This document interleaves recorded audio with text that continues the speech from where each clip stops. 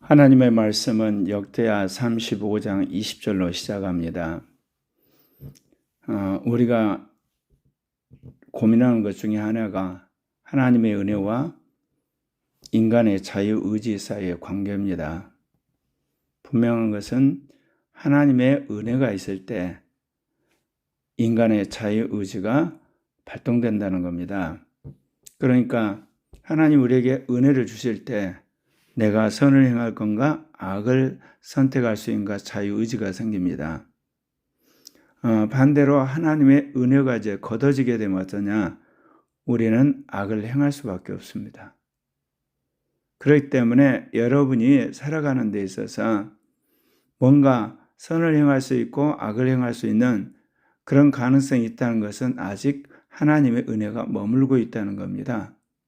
그러니까 여러분 마음속에 이렇듯 선과 악을 선택할 수 있는 자유의지가 생기는 거예요. 내 하나님이 도저히 안 되겠다, 이제 심판하겠다 작정을 하시면 하나님 은혜를 완전히 걷어버립니다. 그러면 사람이 강팍해져 가지고 악만 행하다가 결국은 망하게 되는 겁니다.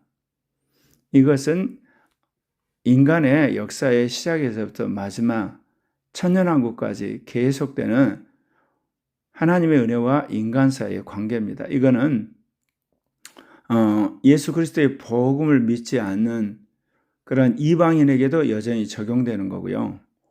예수를 믿은 그리스도인들에게도 적용이 되는 겁니다. 그런데 여기서 놀라운 사실 하나가 있습니다. 그것은 내가 죽고 이제 그리스도가 사시는 사람이 되는 것.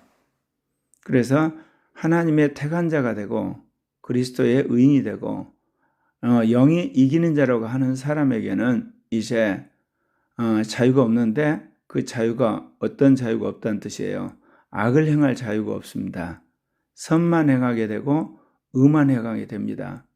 여기서 제가 말하는 것은 그가 고의적으로 또는 악의적으로 의도적으로 악을 행한다 그것이 없다는 뜻이지, 인간이 이기는 자가 되고 의인이 되고 그리고 택한 자가 돼도 우리가 연약합니다. 우리 안에 있는 옛사람이 있습니다. 그것이 발동을 하게 되면 전혀 의도하지 않았는데 자기도 모르는 사이에 또는 실수로 사람이 악을 행할 수가 있습니다. 그러나 그런 것들은 깨닫는 즉시 회개하게 되어 있습니다. 왜냐하면 우리 안에는요, 이기는 자가 되고 또 의인이 되고 택한 자가 됐다고 해서 우리 마음속에 있는 옛사람이 완전히 사라지지 않습니다. 왜냐하면 과거부터 우리가 살아온 삶의 기억이 마음속에 저장이 되어 있기 때문에. 그러나 거기에는 어떤 치명적인 그런 악한 생각이나 또는 고질적인 죄악된 거라든지 하나님을 거역하는 불신적인 그런 옛사람들은 다 없어진 겁니다. 그래서 주님이 그걸 아시기 때문에 그런 사람을 이제 테스트를 다 해보고 택한 자라고 의인이라고 이기는 자라고 이야기를 하시는 거거든요. 그러나 정말 순결하고 진실할 만큼 우리의 속사람 내면이 완전히 거룩해지는 그런 사람은 아니기 때문에 그런 이게 실수라든지 오류라든지 잘못이 있어요. 그러나 성령께서 곧바로 깨닫게 하기 때문에 회개하고 그리고 번연에 이기는 자로서 또는 의인으로서 택한 자로서 믿음의 삶을 살게 되는 거죠. 그런데 하나님의 은혜와 자유의지 사이에는요, 여기서 자유의지는 개인의 자유의지도 있지만 집단의 자유의지도 있어요. 더 나아가서 한 국가의 자유의지가 있거든요. 그러면 개인이 물론 개인이 자유의지를 발동하지만 가정 같은 경우는 주로 이제 가장이 하게 되고, 회사 같은 경우는 이제 주로 이제 사장이 그거를 발의를 하게 되잖아요. 국가 같으면 대통령이 하게 되죠. 이렇듯 어떤 집단의 자유의지도 마찬가지예요. 하나님의 은혜가 있을 때 그 집단의 지도자가 선한 일을 하거나 악한 일을 할 수가 있지만 그 집단에 대한 하나님의 은혜가 거둬지게 되면 이제 지도자가 악한 짓만 하고 실수만 하고 그리고 망할 짓만 하다가 그 집단 전체가 망하게 되는 겁니다. 이럴 때 대부분 이제 왕조가 사라지게 되는 겁니다. 오늘 남유다 왕국이 이제 멸망의 길로 들어서는 그런 변곡점에 서 있는데 그때 등장한 위대한 왕이 요시야 왕입니다. 요시야 왕은 사무엘 이후로 처음으로 정해진 모세 율법에 따라서 유월절을 지킨 처음이자 마지막 왕입니다. 그가 집권을 하자마자 유다 땅에 있는 모든 우상들과 아세라 목상들 그리고 여호와전을 더럽힌 그런 모든 것들을 그가 다 제거하고 또 이제 수많은 제사장들과 레인들 이런 사람들을 직분에 맞게 이제 일을 하도록 다 이게 그거를 부여하고 나중에는 이제 여호와의 성전을 건축하기 위해서 동계를 놓고 거기에 백성들이 헌금한 것을 모아서 hil기야 제사장을 주고 또 그거를 감독과 목수들에 주고 일할 사람들이 주어서 그것을 이제 실제적으로 성사를 시키고 완수하도록 하는 그런 위대한 왕입니다. 참 놀라운 것은 hil기야 제사장이 여호와의 전에서 모세 율법책을 발견합니다. 그래서 그 율법책에 따라서 그가 처음으로 사무엘 선지자 이후로 1월 14일에 유월절을 지킵니다. 그래서 성경에서는 사무엘 선지자 이후로 처음으로 이 유월절을 지켰다고 할 만큼 그는 하나님의 말씀에 충성된 그런 이제 왕이었거든요. 그런데 놀랍게도 이 요시야 왕이 갑자기 죽게 되는 사건이 벌어지게 됩니다. 이 모든 일 후 곧 요시야가 성전을 정돈하기를 마친 후에 애굽 왕 느고가 유브라데 강가에 갈그미스를 치러 올라왔으므로 요시야가 나가서 방비하였더니 그러니까 요시야가 밑에 있는 강대국 애굽의 왕이 이제 치러 올라와요. 갈그미스로 치러 올라오는데 바로 느고가 요시야에게 사신을 보내서 이제 경고를 합니다. 유다 왕이여 내가 그대와 무슨 관계가 있느냐? 내가 오늘 그대를 치려는 것이 아니요 나와 더불어 싸우는 족속을 치려는 것이라. 제가 저번에 말을 잘못했는데 여기서 애굽의 르고가 싸우려고 하는 사람이 아수르 왕입니다. 그래서 이제 치러 이제 올라온다 그 이야기입니다. 그런데 여기서 바로 르고가 뭐런 얘기를 하냐면 하나님이 나에게 명령하사 속히 하라 하셨은즉 하나님이 나와 함께 계시니 그대는 하나님을 거스르지 말라. 그대를 멸하실까 하노라. 여기서 바로 누가 하나님을 들먹이는 겁니다. 하나님이 나한테 명해서 지금 아수르 왕을 치라고 하셨기 때문에 내가 올라가는 중이다. 그러니까 너는 하나님의 명을 거스르지 말아라. 그렇게 이야기를 합니다. 그런데 요시야 왕이 이 말을 완전히 묵살을 해버립니다.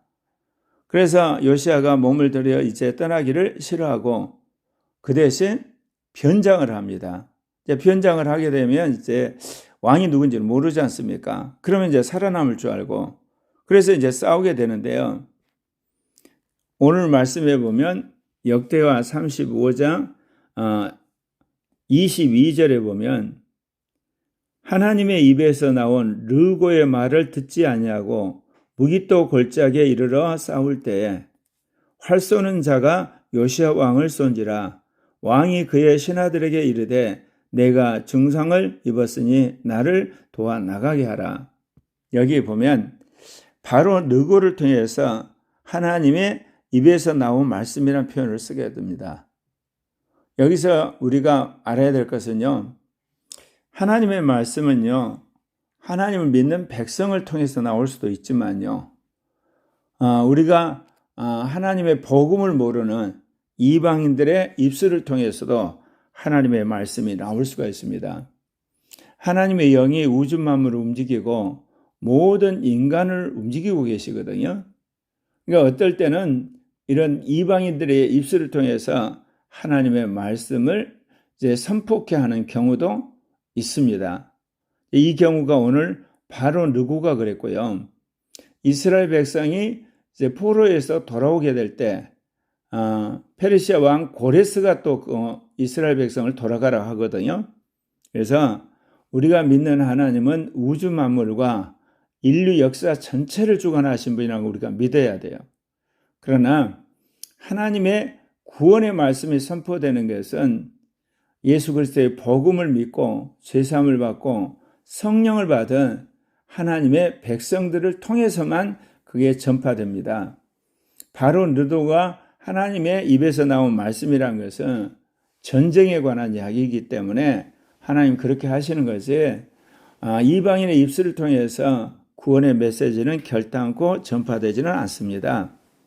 이제 요시야가 이제 화를 맞아버렸잖아요. 그래서 그 부하들이 그를 병거에서 내리게 하고 그를 버금 병거에 태워가지고 급히 예루살렘으로 후송을 합니다. 그런데 그가 죽어버려요. 그래서 그가 그의 조상들의 묘실에 장사되고 온 유다와 예루살렘 사람들이 요시야의 죽음을 슬퍼하게 됩니다. 심지어 예레미야 선지자는 그를 위하여 예가를 지을 정도로 모든 노래하는 남자들과 여자들이 요시야를 슬퍼 노래합니다. 그것이 이제 이스라엘 규례에 올라가서 오늘까지 그 가사가 예가 중에 기록되었던 겁니다. 이렇듯 요시야는 이 남유다에 있어서 정말 탁월한 종교 계획으로 이름을 덧친 왕인데 이렇게 죽어버립니다. 그래서 요시야의 남은 사적과 여호와의 율법에 기록된 데 행한 모든 선한 일과 그가 처음부터 끝까지 행적은 이스라엘과 유다 열왕기에 기록되니라. 이게 역대상하의 역사가가 기록한 요시야에 대한 해석입니다. 그런데 참 놀라운 것은요. 사무엘상하 역대 열왕기 상하를 쓴 역사가에서는 이렇게 이야기를 하지 않습니다. 보다 더 직설적으로 이야기를 하거든요. 요시야가 집권했음에도 불구하고 이미 유다 나라의 국군이 완전히 쇠한 것을 먼저 언급하고 있는 겁니다. 그렇기 때문에 역대하 23장 26절에 보면 이런 말씀이 나옵니다. 그러나 여호와께서 유다를 향하여 내리신 그 크게 타오르는 진노를 돌이키지 아니하셨으니 이는 므낫세가 여호와를 경노하게 한 그 모든 경노 때문이다.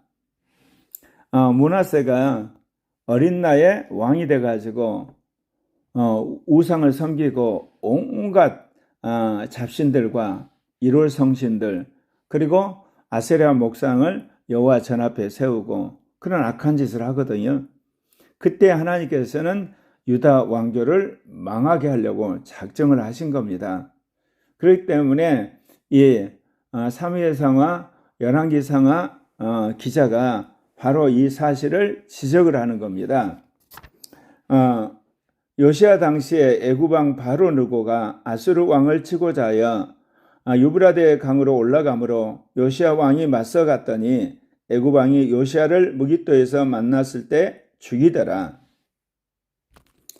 그러니까 하나님께서 이미 유다를 망하게 하려고 작정을 한 겁니다. 그런데 정말 하나님을 섬기는 위대한 왕 요시야 왕이 등장을 한 거예요. 그래서 요시야에 의해서 유다 왕국이 보기 드문 종교 개혁을 철저히 하게 되죠. 물론 그 전에 종교 개혁을 했던 왕은 여호사밧 왕이나 또는 히스기야 왕이 있었지만 이렇게 철저하게 종교 개혁을 하는 왕이었거든요. 그런데도 불구하고 주님께서는 뭐라고 이야기하냐면 여호와께서 이르시되 내가 이스라엘을 물리친 것 같이 유다도 내 앞에서 물리치며 내가 택한 이 성 예루살렘과 내 이름을 거기에 두리라 한 이 성전을 버리리라 하셨더라. 참 놀라운 이야기예요. 하나님께서 한번 작정을 하게 되면 그거를 어느 누구도 막을 수 없다는 것을 우리가 여기서 보게 됩니다. 요시야 왕이 하나님의 말씀에 따라 특별히 hil기야 제사장이 발견한 모세 율법에 따라 그렇게 철저하게 종교 계획을 했음에도 불구하고 이미 유다 왕국은 하나님의 심판의 칼날 앞에 섰다는 겁니다. 예. 그렇기 때문에 열왕기하 24장 3절을 보면 이 일이 유다에 임함은 여호와의 말씀대로 그들을 자기 앞에서 물리치고자 하심이니 이는 므낫세의 지은 모든 죄 때문이며 또 그가 무죄한 자의 피를 흘려 그의 피가 예루살렘에 가득하게 하였음이라. 여호와께서 사하기를 즐겨하지 아니하시니라. 오늘 이 말씀을 증거하면서 우리가 이 대한민국을 바라보면서 이재명과 더불어민주당 그리고 이 신공산주의자들, 민주공산주의, 주사파 공산주의를 하나님이 허락하셨다는 게 명백해요. 그럼 왜 그러냐면 어떤 이게 젊은이가 좌파에 세뇌됐다가 우파로 이제 그가 사상적인 전환을 하면서 한 이야기가 윤석열 대통령이 비상계엄을 하기 전까지는 자기도 몰랐다는 거예요. 그런데 왜 대통령이 그렇게 금방 실패할 줄도 아는 비상계엄을 했을까? 찾아봤더니 이 나라가 신공산화가 되고 민주공산화가 되고 주사파 공산화가 되고 친중국화가 되는 거 발견했다는 거예요. 예. 그래서 하나님께서 윤석열 대통령을 통해서 이 나라를 깨우고 있구나. 그걸 알았다는 겁니다. 제가 이 말씀을 드리는 것은 뭐냐? 한국의 과반수를 점하고 있는 민주화를 빙자한 그런 이재명과 더불어민주당의 이 신공산에 동조하는 국민을 깨우기 위해서는 윤석열 대통령이 비상계엄이란 특별한 방법으로 깨우는 수밖에 없다는 겁니다. 특별히 1230을 하나님 깨우셔서 이제 이 주사파에 세뇌되다시피 맹목적으로 지지하는 4050 세대, 흔히 민주화 세대라고 그러죠. 그들을 주님께서 이제 청산하기 위한 자유화 세대를 주님이 세우신 거예요. 그것이 윤석열 대통령의 비상계엄으로 깨어나게 된 거거든요. 그렇기 때문에 지금은 힘들고 어렵지만 주님이 반드시 이 신공산화길, 민주공산화길, 주사파 공산화길을 주님께서 거들나게 하실 겁니다.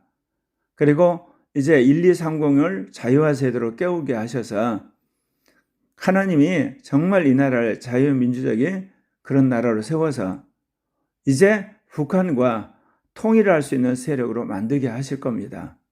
그리고 이 일에 무엇보다도 코리아 교회를 교회 계획의 공동체로, 그런 사명이 있는 공동체로 이미 30년 전부터 주님이 준비하신 거 말할 필요가 없습니다.